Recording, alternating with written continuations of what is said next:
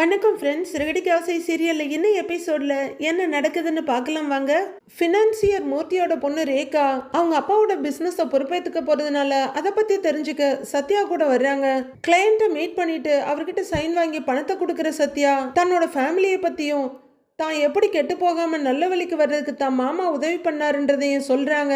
ரேகா அதை சுவாரஸ்யமாக கேட்டுட்டு இருக்க சத்யாவுக்கு ஒரு கால் வருது. மேடம் நான் கிளம்புறேன்னு சொல்றாரு. அப்போ சரியா சிந்தாமணி தன்னோட மகளை பாக்குறதுக்காக வரேன்னாங்க. இவங்களே அம்மாவை இன்ட்ரடியூஸ் பண்றேன்னு சொல்ல இல்ல எனக்கு டைம் ஆச்சு அப்படின்னு சத்யா கிளம்புறாரு. சரி இன்னொரு நாள் இன்ட்ரோ கொடுக்குறேன் அப்படின்னு ரேகா சொல்ல சத்யா சரிங்கன்னு கிளம்பிடுறாரு.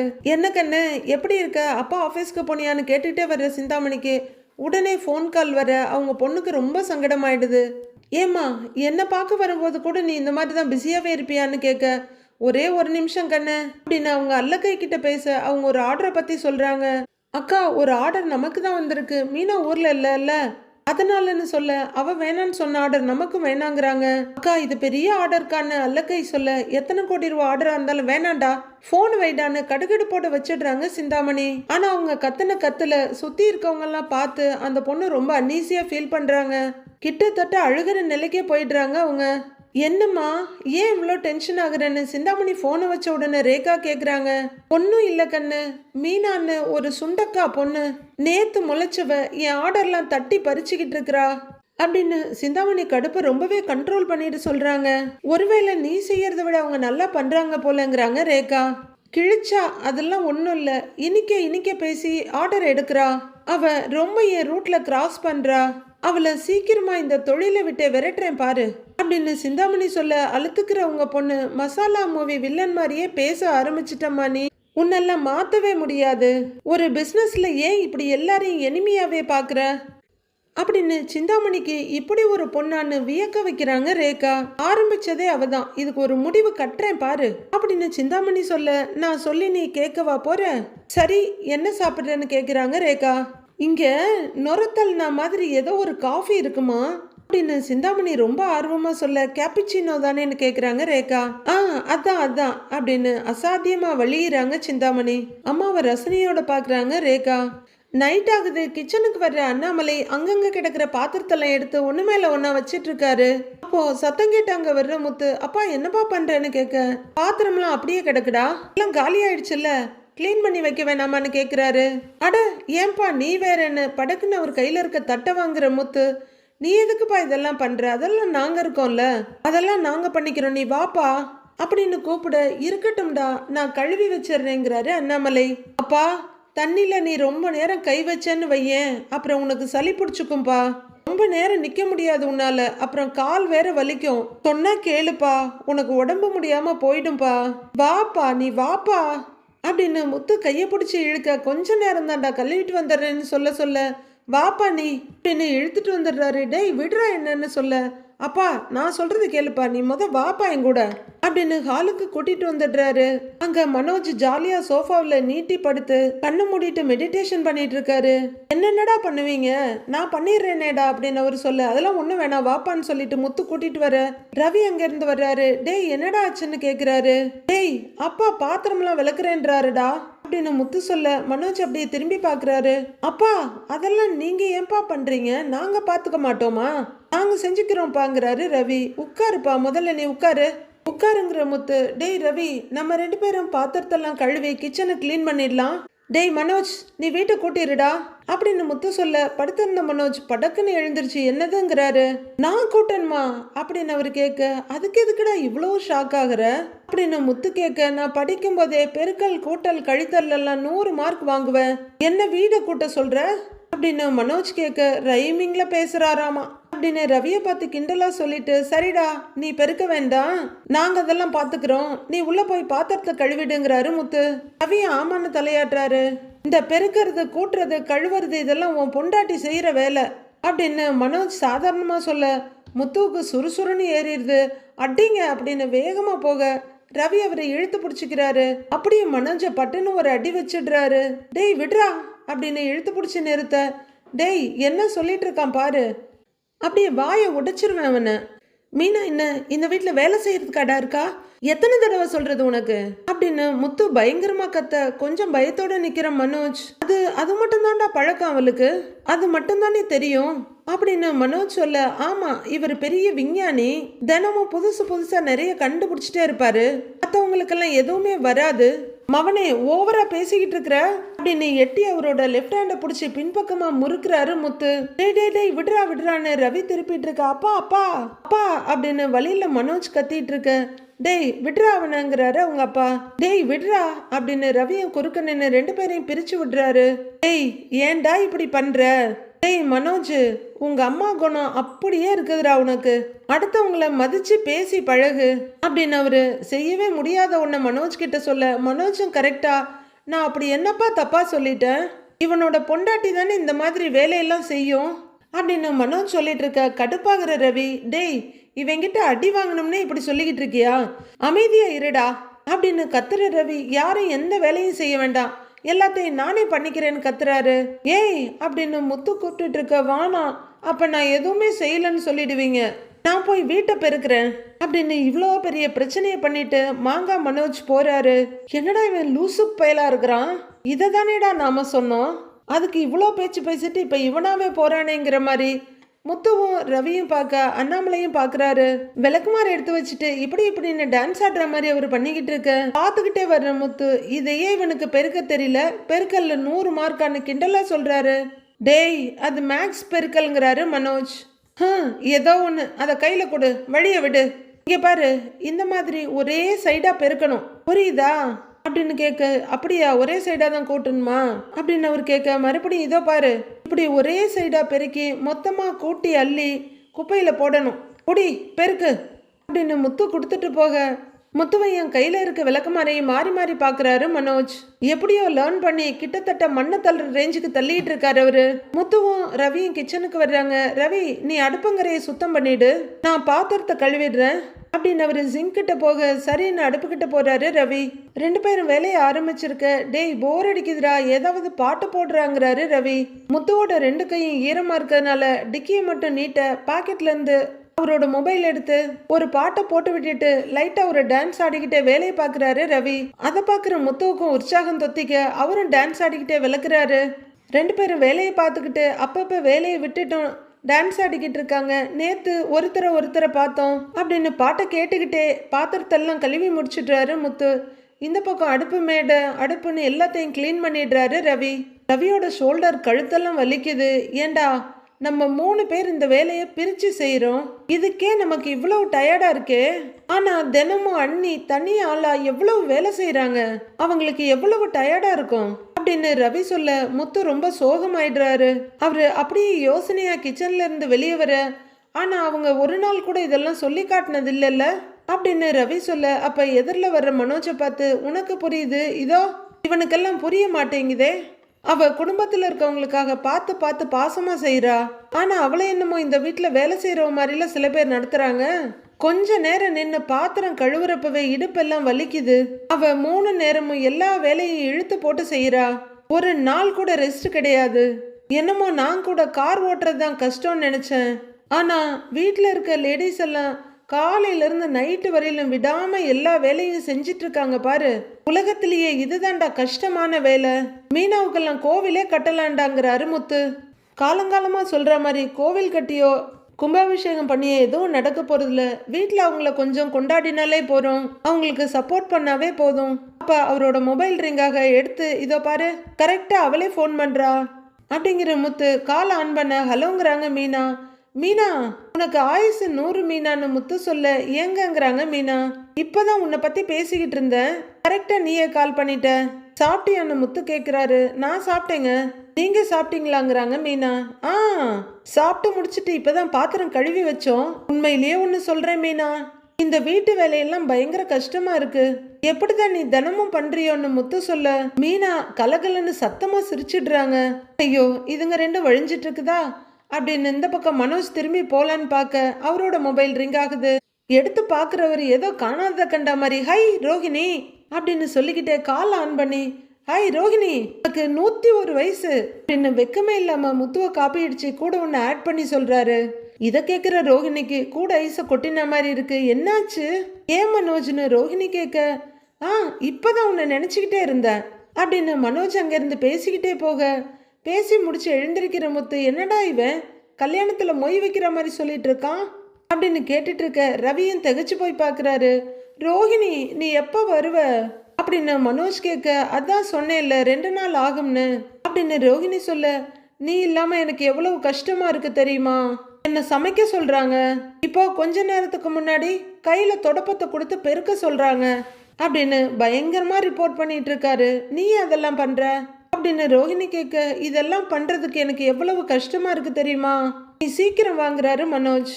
அட போடான்னு முத்து மீனா கிட்ட கண்டினியூ பண்ணிட்டு இருக்காரு. என்னங்கடா ஆளுக்கு ஒரு பக்கம் போனை வச்சுட்டு தெக்கையும் வடக்கையுமா நடந்துட்டு இருக்கீங்க அப்படின்னு ரவி 2 பேரையும் மாறி மாறி பாக்குறாரு. மனோஜ் போன்லயே முத்தம்லாம் கொடுத்துட்டு இருக்காரு. இவங்க ஒய்ஃப் மட்டும் போன் பண்றாங்க, நமக்குன்னு ஒருத்தி இருக்காளே அவ என்ன ஆனா, அவ நமக்கு போனே பண்ணல அப்படின்னு ரூம்குள்ள வர்ற ரவி அவரே கால் பண்றாரு. ஸ்ருதி போனை எடுத்து சொல்லுடாங்கிறாங்க. என்ன சொல்லணும், நான் ஒருத்தன் இருக்கேன்றது உனக்கு ஞாபகமே இல்லையா அப்படின்னு ரவி கேட்க, ஏன் திடீர்னு இப்படி கேட்குறாங்கிறாங்க ஸ்ருதி. முத்துவுக்கு அண்ணி ஃபோன் பண்ணி பேசுறாங்க, மனோஜுக்கு ரோஹிணி அண்ணி ஃபோன் பண்ணி பேசுறாங்க அப்படின்னு ரவி கம்ப்ளைண்ட் பண்ண, சரி அவங்க பேசட்டும், அதுக்கு என்ன இப்போங்கிறாங்க ஸ்ருதி.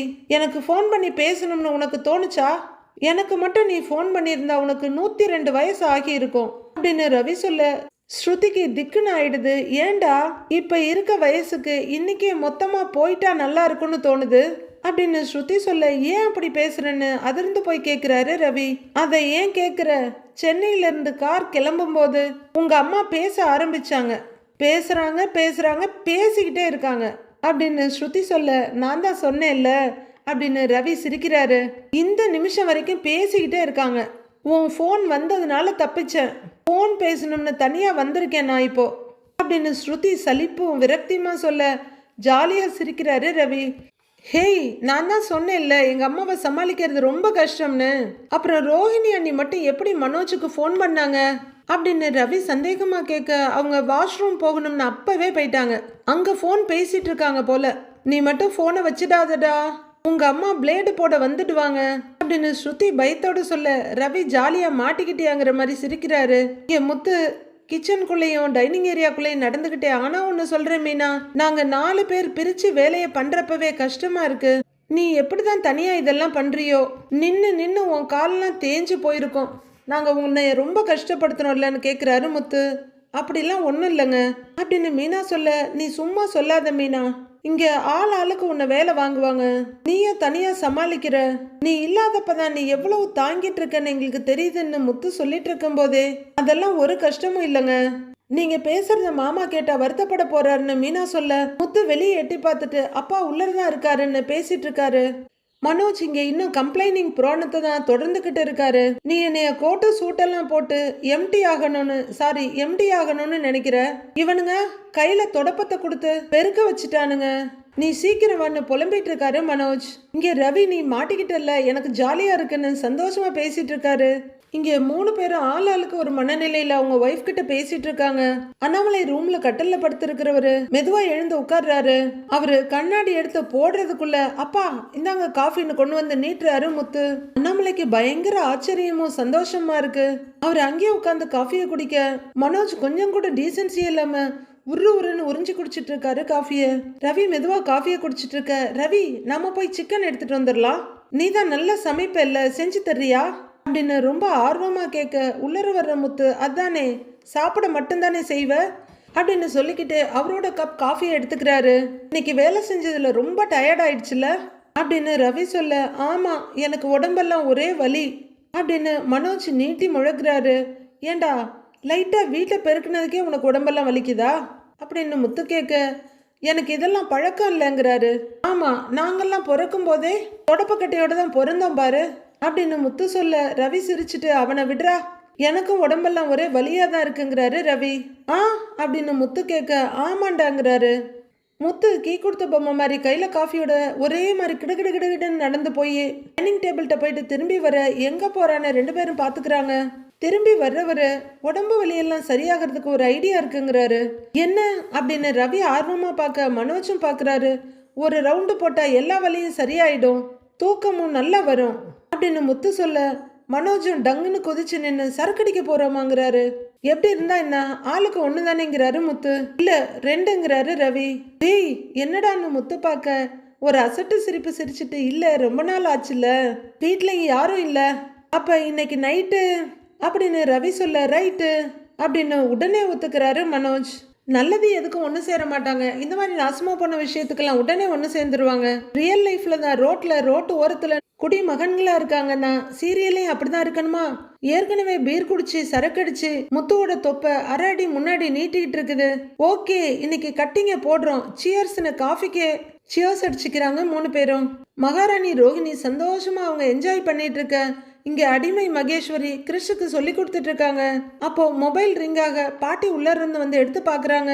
பார்த்தோன்னே கொஞ்சம் கடுப்பாகுது. கடுப்பை மறைச்சிக்கிட்டு ஆன் பண்ணி சொல்லுங்கன்னு சொல்ல நாங்க ஆஸ்பத்திரிக்கு போயிட்டு வந்துட்டோம், சில ட்ரீட்மெண்ட்ஸ் எல்லாம் எடுக்க சொல்லியிருக்காங்க, 1 மாசத்துக்கு மருந்து மாத்திரையெல்லாம் எழுதி கொடுத்துருக்காங்க, அதை சாப்பிட்டுட்டு அப்புறமா வர சொல்லியிருக்காங்க அப்படின்னு கிறிஷோட பெரியப்பா சுப்பிரமணி சொல்ல அப்படியா ரொம்ப நல்லது அப்படின்னு விட்டேத்தியா சொல்றாங்க பாட்டி. நாங்க ஊருக்கு போலான்னு இருக்கோம், நாளைக்கு ஒரு நாள் இங்க இருந்துட்டு போலான்னு முடிவு பண்ணியிருக்கோம், அதுக்கு முன்னாடி என் தம்பி பையனை பார்க்கணும்னு எனக்கு ரொம்ப ஆசையா இருக்கு அப்படின்னு சுப்பிரமணி சொல்ல அவங்க கொஞ்சம் யோசனையா கிறிஷை திரும்பி பார்க்க அவரும் இவங்கள தான் பார்த்துட்டு இருக்காரு. பாட்டி அமைதியா இருக்க அவனை பார்க்கணும்னு ஆசையா இருக்கு, நீங்க மனசு வச்சா நாங்க கிறிஷை பார்க்க முடியும், என்ன பதில் எதுவும் சொல்ல மாட்டேங்கிறீங்க அப்படின்னு சுப்பிரமணி கேட்டுட்டு இருக்க பாட்டி அமைதியாவே இருக்காங்க. இங்க கொடுங்க நான் பேசுறேன் அப்படின்னு அவரோட ஒய்ஃப் கேட்க இந்தான்னு நீட்டுறாரு. உங்க தயக்கம் எங்களுக்கு புரியுதுமான அவங்க ஆரம்பிக்க, அதுக்கு இல்ல அதுதான் அன்னைக்கே என் பொண்ணு தெளிவா உங்ககிட்ட சொல்லிட்டாளே அப்படின்னு கிறிஷ் பாட்டி சொல்ல, கல்யாணிக்கு எங்க மேல கோபம் இருக்கதான் செய்யும், நாங்க அவ கோபம் போற வரைக்கும் காத்திருப்போமா, ஆனா அவரு அவங்க தம்பி பையனை பார்க்கணும்னு ஆசைப்படுறாரு, எனக்கும் ஆசையா இருக்கு அப்படின்னு சுப்பிரமணியோட ஒய்ஃப் சொல்ல திரும்பி ஒரு தடவை பேரனை பார்க்குறாங்க பாட்டி. நீங்க ஏதாவது கோவிலுக்கு அவனை கூட்டிக்கிட்டு வந்தீங்கன்னா உங்க பாசத்தையும் தவிப்பையும் நீங்க புரிஞ்சுக்குவீங்கன்னு நினைக்கிறேன் அப்படின்னு அவங்க சொல்லிக்கிட்டு இருக்க கிறிஷ் பாட்டி மறுபடியும் கிறிஷை பார்க்க கிறிஷ் இப்போ மகேஸ்வரி கிட்ட இது நல்லா இருக்குல்லன்னு கேட்டுட்டு இருக்காரு. வாய் தான் அங்க பேசுதே தவிர பார்வை மொத்தமும் பாட்டி மேலதான் இருக்கு. சரிங்க நாளைக்கு பார்க்கலாம், எந்த கோவில்னு நான் சொல்றேன்னு பாட்டி சொல்றாங்க. ரொம்ப சந்தோஷங்கிறாங்க இந்த லேடி. அவங்க போனை வச்சுட்டு அப்படியே நின்றுட்டு இருக்க எழுந்து வர்ற மகேஸ்வரி, என்ன ஆண்டி என்ன யோசிக்கிறீங்கன்னு கேக்குறாங்க. கிறிஷோட பெரியப்பாவும் பெரியம்மாவும் இவனை பார்க்கணும்னு ரொம்ப ஆசைப்படுறாங்க அப்படின்னு அவங்க தயக்கத்தோட சொல்ல, நியாயமான ஆசை தானே ஆண்டி, யாரும் தப்பு பண்ணிட்டு திரும்பி வந்து மன்னிப்பு கேட்கும்போது நாம அவங்களை ஏத்துக்கிறது தானே சரிங்கிறாங்க மகேஸ்வரி. இல்ல மகேஷ், அவளுக்கு தெரியாம நான் இவனை கூட்டிட்டு போய் காட்டினேன்னா அவ திட்டுவாள்ல, ஏதாவது பிரச்சனை ஆயிடுச்சுன்னா அப்படின்னு ஏதோ இவங்க இப்பதான் மகேஷ் கிட்ட ஐடியா கேட்குற மாதிரி சொல்றாங்க. ஆல்ரெடி வர்றேன்னு ஒத்துக்கிட்டு அதுக்கப்புறம் எதுக்கு இத்தனை டிராமான்னு தெரியல, நீங்க இதை ரோஹிணி கிட்ட சொன்னாலும் கண்டிப்பா வேண்டான்னு தான் சொல்லுவா அப்படின்னு மகேஸ்வரி சொல்ல, எனக்கும் அவங்க ஏக்கம் புரியுது, என்ன பண்றதுன்னு தெரியல அப்படிங்கிற பாட்டி ரொம்ப யோசனையா கிறிஷை பாக்குறாங்க. வானத்துல நிலாவை காட்டுறப்பவே மொட்டை மாடியில இந்த 3 ஜீவராசிங்களையும் பாட்டிலும் கையுமா தான் காட்ட போறாங்கன்றது நமக்கு நல்லா தெரிஞ்சு போயிடுது. அதே தான் நடக்குது. மனோஜ் ஒரு பீர் பாட்டில அப்படியே மல்லாக்க கமத்துக்கிட்டு இருக்க சைட் டிஷ்ஷை கடப்பரப்பி வச்சுட்டு உட்கார்ந்துருக்காங்க 3 பேரும். சைட் டிஷ் எடுக்க குடியிற ரவி மனோஜை பார்த்துட்டு டே டே டே டே மெதுவா குடிடான்னு புடுங்கி கீழே வைக்கிறாரு.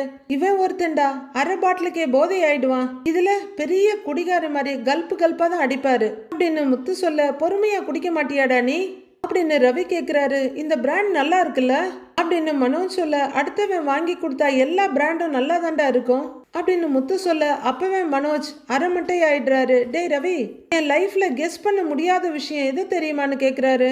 நீ ஏன் யோசிச்சு யோசிச்சு தான் கேக்குறேன்னு தெரியுது, சொல்லு அப்படின்னு ரவியும் கண்கள் சொருக சொல்றாரு. சரக்கு உலர் போயிடுச்சுல, இனிமே தத்துவமா பேசுவான் பாருங்கிறாரு முத்து. டேய் சொல்றத கேளுடா அப்படின்னு மனோஜ் மறுபடியும் ஆரம்பிக்க, டேய் சொல்லி தொல்லடாங்கிறாரு ரவி. ஒய்ஃப் கூட இருந்தாலும் ஏதாவது சண்டை போட்டுக்கிட்டே இருக்காங்க, நிம்மதியே இருக்க மாட்டேங்குது, ஆனா ஒய்ஃப் ஊர்ல இல்லாட்டிய நிம்மதியா இருக்க முடியல, ஏன் அப்படின்னு ரொம்ப பெரிய சந்தேகத்தை கேட்கிறாரு. ஒய் ஒய் அப்படின்னு அவரு புலம்பிட்டு இருக்க. ஆமாண்டா, இவன் கேட்கறது கரெக்டுடா. ஸ்ருதி என் கூட இருக்கும்போது சண்டை போட்டுக்கிட்டே இருக்கிறா. இப்ப அவ இல்ல, ஆனா கூட இல்லையேன்னு வருத்தமா இருக்கு. மிஸ் பண்றேன். ஏன் அப்படி அப்படின்னு அவரோட சந்தேகத்துக்கு இன்னும் கொஞ்சம் சாயம் பூசி கேட்கிறாரு ரவி. சிரிக்கிற முத்து, அது உலக அமைப்புடா, மாத்தவே முடியாது. இப்ப வெயில் காலத்துல சுள்ளன்னு வெயில் அடிக்கும் போது மழை வந்தா நல்லா இருக்குமேன்னு தோணும் அப்படின்னு முத்து சொல்ல, ஆமா அப்படின்னு தலையாட்டிட்டு பார்த்துட்டு இருக்காரு ரவி. மனோஜ் ஒட்டகச்சிவிங்கி மாதிரி தலையை நீட்டிட்டு உட்கார்ந்துருக்காரு. அதே மாதிரி மழை காலத்துல சோன்னு மழை பெஞ்சா இப்படி மழை பெய்யுது, வெயில் அடிச்சா நல்லா இருக்கும்னு தோணும் அப்படின்னு முத்து சொல்ல, கரெக்ட், குட் அப்படின்னு மனோஜ் சொல்லிட்டு இருக்க. அப்படிதான் பொண்டாட்டியும், கூட இருந்தாலும் வாழ்றது கஷ்டம், இல்லைன்னாலும் வாழ்றது கஷ்டங்கிறாரு முத்து. அதை எப்படி புரிஞ்சுக்கிறதுங்கிறாரு மனோஜ். டேய், இதெல்லாம் புரிஞ்சுக்கிறதுக்கு முயற்சியே பண்ணக்கூடாது, அப்புறம் தினமும் நம்ம கட்டிங் போட வேண்டியதாயிடும் அப்படின்னு முத்து சொல்ல, ஓ அப்படின்னு பாக்குறாரு மனோஜ். கரெக்டுடா, நான் கூட இப்ப ஸ்ருதி ஏதாவது சொன்ன சண்டை போடுறதே இல்ல, சைலண்டா போயிடுறேங்கிறாரு ரவி. அப்படின்னா இப்பதான் நீ ஒரு அக்மார்க் குடும்பஸ்தனா ஆயிருக்கன்னு அர்த்தம் அப்படின்னு முத்து ரவியை பார்த்து சொல்ல, அப்ப நானு அப்படின்னு பறந்துகிட்டு வர்றாரு மனோஜ். ஐயோ, நீ எல்லாம் ஏற்கனவே 100 மார்க்கு குடும்பஸ்தேண்டா அப்படின்னு முத்து சொல்ல, ரவியும் மனோஜும் சிரிக்கிறாங்க. டேய், பாத்தியா பாத்தியா, நான் இதுல 100 மார்க்கு தான் அப்படின்னு பெருமைப்பட்டுக்கிறாரு மனோஜ். அப்போ கீழ இருந்து முத்து, ரவி, மனோஜ்னு அண்ணாமலையோட வாய்ஸ் கேட்கிட்டு, அப்பாடா அப்பாடா, சீக்கிரம் எடுத்து ஒளிய வைங்கடா அப்படின்னு முத்து ரவியும் ஒளிய வச்சுட்டு இருக்க. மனோஜ் வயிற்றுக்குள்ள ஒளிய வைக்க ட்ரை பண்ணிட்டு இருக்காரு. அதான் அப்படியே தலைக்குப்புற கவுத்துட்டு இருக்காரு. டேய் டேய், அப்பாடா குட்ரான்னு ரவி புடுங்கிட்டு இருக்க. முத்து ஓடி போய் கைப்பிடிச்சு வர பிடிச்சிட்டு எட்டி பார்க்க, அதுக்குள்ள அண்ணாமலை மாடி ஏறி வந்துட்டாரு. வரவர் ஒரு பார்வை பார்த்துட்டு, எதுக்குடா மறைக்கிறீங்க, எல்லாத்தையும் பார்த்துட்டு தான் வரேன் அப்படின்னு சொல்லிக்கிட்டே வர ரவி எழுந்து நிற்கிறாரு. ஐயோ, அப்பா வர்றாரு, பாட்டில் எடுத்து ஒளிச்சு வைப்போம் அப்படின்னு தட்டு தடுமாறி எழுந்திருக்கிற மனோஜ் பாட்டில பின்னாடி மறைச்சிட்டு, அப்பா எனக்கு எதுவும் தெரியாதுப்பா, எல்லாத்துக்கும் காரணம் அவங்க தான்ப்பா அப்படின்னு வழக்கம் போல புழுகிறாரு. ஒரு தப்பை எல்லாரும் சேர்ந்து பண்ணிட்டு மாட்டின உடனே நீ மட்டும் தப்பிக்கணும்னு நினைக்காத அப்படின்னு அண்ணாமலை சொல்ல, அப்பா இவன் தான்ப்பா வாங்கிட்டு வந்தான்னு முத்துவ கையை காமிக்கிறாரு மனோஜ். வாங்கிட்டு வந்து உன் வாயில ஊத்துனானா, நீ தானே குடிச்சன்னு கேட்கிறாரு அண்ணாமலை. அப்பா எப்பவும் இல்லப்பா, எப்பவாவது தான் அப்படின்னு ரவி சொல்லிட்டு இருக்க. ஆமாப்பா, நான் ஒண்ணு இவன மாதிரி குடிகாரம் இல்லப்பா அப்படின்னு முத்துவ கையை காட்டிட்டு குப்புற விழ போறாரு மனோஜ். அடைச்சின்னு ரவி தாங்கி பிடிக்கிறாரு. அண்ணாமலை முத்துவ முறைக்க அவர் லைட்டா தலையை குனிஞ்சிட்டு, அப்பா வீட்டில் வேலையெல்லாம் செஞ்சு டயர்ட் ஆயிடுச்சுன்னு சொன்னாங்க அப்படின்னு மெதுவா சொல்ல, ஆமாப்பா உடம்பெல்லாம் ஒரே வலிப்பாங்கிறாரு ரவி. நானும் தான் இப்போ வரைக்கும் ட்ரெயின் ஓட்டிட்டு கால் கடுக்க நின்றுட்டு தானே வந்தேன், நான் குடிக்கலையே அப்படின்னு அண்ணாமலை கேட்க, ரவி மனோஜும் ஒருத்தர் பார்த்துக்கிறாங்க. உட்காருன்னு சொல்லிட்டு அவரும் உட்கார 3 பேரும் உட்காடுறாங்க. சைட்டிஸ் எல்லாம் அப்படியே மடக்கி சைடில் வைக்கிறாங்க. தூக்கம் வரலையாப்பான்னு முத்து கேட்க, தூக்கம் வந்திருந்தா நான் ஏன்டா இங்கே வர போறேன் அப்படின்னு அண்ணாமலை சொல்ல, என் கூட தூங்குப்பா, இங்க இருக்க நட்சத்திரத்துங்களை பார்த்துக்கிட்டே நல்லா தூங்கலாங்கிறாரு. அம்மாவை மிஸ் பண்றீங்களாப்பான்னு கேட்கிறாரு ரவி.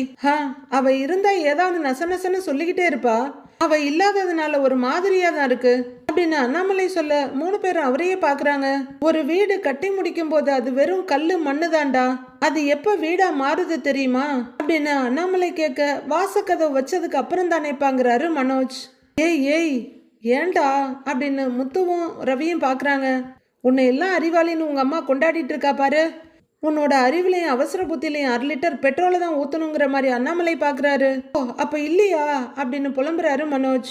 ஏய், ஒரு பொண்ணு அந்த வீட்டுக்கு வர்றப்பதாண்டா பெண்களோட அன்பும் அரவணைப்பும் இருக்கும்போதுதான் அந்த கட்டடம் வீடா மாறுது அப்படின்னு அண்ணாமலை ரொம்ப ஆழ்ந்த குரல்ல சொல்ல, அதுவும் கரெக்டு தான்ப்பா, ஒரு வீட்டை கோவிலா மாத்துறதும் பேய் பங்களாவா மாத்துறதும் அந்த வீட்டு பொண்ணுங்க கையில தான்ப்பா இருக்கு அப்படின்னு ஆழ்ந்த குரல்லையே சொல்றாரு முத்துவும். உப்பு இல்லாத சாப்பாடு மாதிரி தான் பெண்கள் இல்லாத வீடு இல்லப்பா அப்படின்னு செஃப் கரெக்டா கேட்க, கரெக்டுங்கிறாரு முத்து. இது இந்த கார்ல இருக்க ஸ்டேரிங் மாதிரி தான் பெண்கள், அது இல்லைன்னா எங்க போறோம் எப்படி போறோம்னு தெரியாம நேரா போய் எதுலயாவது முட்டிடுவோம் அப்படின்னு முத்து சொல்ல, என்னடா இவனுங்க 2 பேரும் மாறி மாறி தத்துவமா சொல்லிட்டு இருக்கானுங்க, நாம மட்டும் சும்மா இருந்தா எப்படின்னு யோசிக்கிற மனோஜ். நான் ஒரு எக்ஸாம்பிள் சொல்றேங்கிறாரு. பொண்ணு இல்லாத வீடு பேட்டரி இல்லாத மொபைல் போன் மாதிரி, போன் இருந்து யூஸ் இல்லை அப்படின்னு மனோஜ் சொல்ல, முத்துவுக்கு ரொம்ப ஆச்சரியமாயிடுது. டேய் நல்லா சொல்லிட்டான்டா இவன் அப்படின்னு சொல்ல ரவியும் சிரிக்கிறாரு. என்னடா அவன் அவங்க பொண்டாட்டியை மிஸ் பண்றீங்க போல இருக்கு அப்படின்னு அண்ணாமலை கேட்க ஆமாப்பான்னு முதலா சொல்றாரு முத்து. சோகமா இருக்குங்கிறாரு அவரு. பொண்டாட்டி ஊருக்கு போனா சந்தோஷமா தான் இருக்கும், ஆனா கொஞ்ச நேரம் ஆனா பொண்டாட்டியை தவிர வேற எதையுமே யோசிக்க முடியாது அப்படின்னு அண்ணாமலை சொல்லிட்டு இருக்க 3 பேரும் ஆன ஆச்சரியமா அவரையே பார்த்துட்டு இருக்காங்க.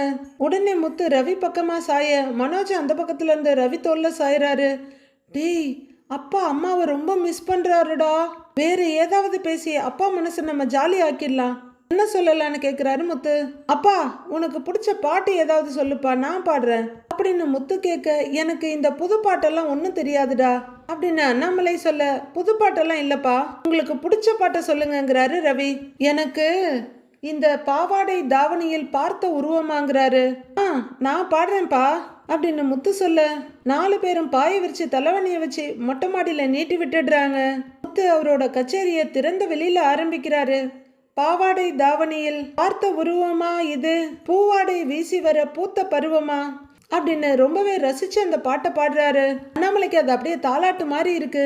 முத்து ஒரு இடத்துல நிறுத்த உடனே எங்கே என் காலமெல்லாம் கடந்து விட்டாலும், ஓர் இரவினிலே முதுமையை நான் அடைந்து விட்டாலும், மங்கை உனை தொட்டவுடன் மறைந்து விட்டாலும், நான் மறுபடியும் பிறந்து வந்து மாலை சூடுவேன்னு பாடிட்டு இருக்காரு. அப்படியே 4 பேரும் கோரஸா பாவாடை தாவணியில் பார்த்த உருவமா இது, பூவாடை வீசி வர பூத்த பருவமானு பாடிக்கிட்டு இருக்காங்க.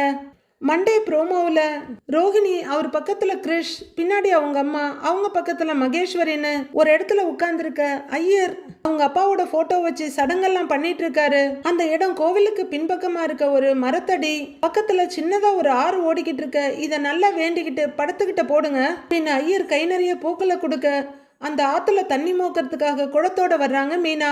வேற யாரும் பிள்ளைங்க இல்லையான்னு ஐயர் கேட்க, இல்லைங்க சாமி, இவ எனக்கு ஒரே பொண்ணு, இவதான் பேரு கல்யாணி அப்படின்னு கிறிஷோட பாட்டி சொல்ல மீனா அதை பாக்குறவங்க காதுல கேட்கிற வார்த்தையால அதிர்ந்து போய் அப்படியே நிக்கிறாங்க. அப்ப இதுன்னு கிறிஷ காமிக்க இவளோட பையன்தான் கிரிஷ், என் பேரன் அப்படின்னு பாட்டி சொல்ல எல்லாத்தையும் பார்த்துக்கிட்டு பயங்கர அதிர்ச்சியோட நிக்கிறாங்க மீனா.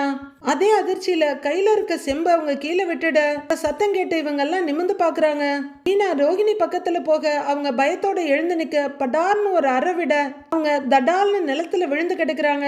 இதுவரையில ஏகப்பட்ட விஷயத்த கனவுன்னு சொல்லி ரீல் விட்டுட்டீங்க. இந்த கனவும் ரீலா இல்லாம ரியலா இருந்தா நல்லதான் இருக்கும்னு நினைக்கிறோம். ஆனா பொறுத்திருந்து பார்க்கலாம் மண்டே வரைக்கும். Have a happy weekend. Thank you, friends.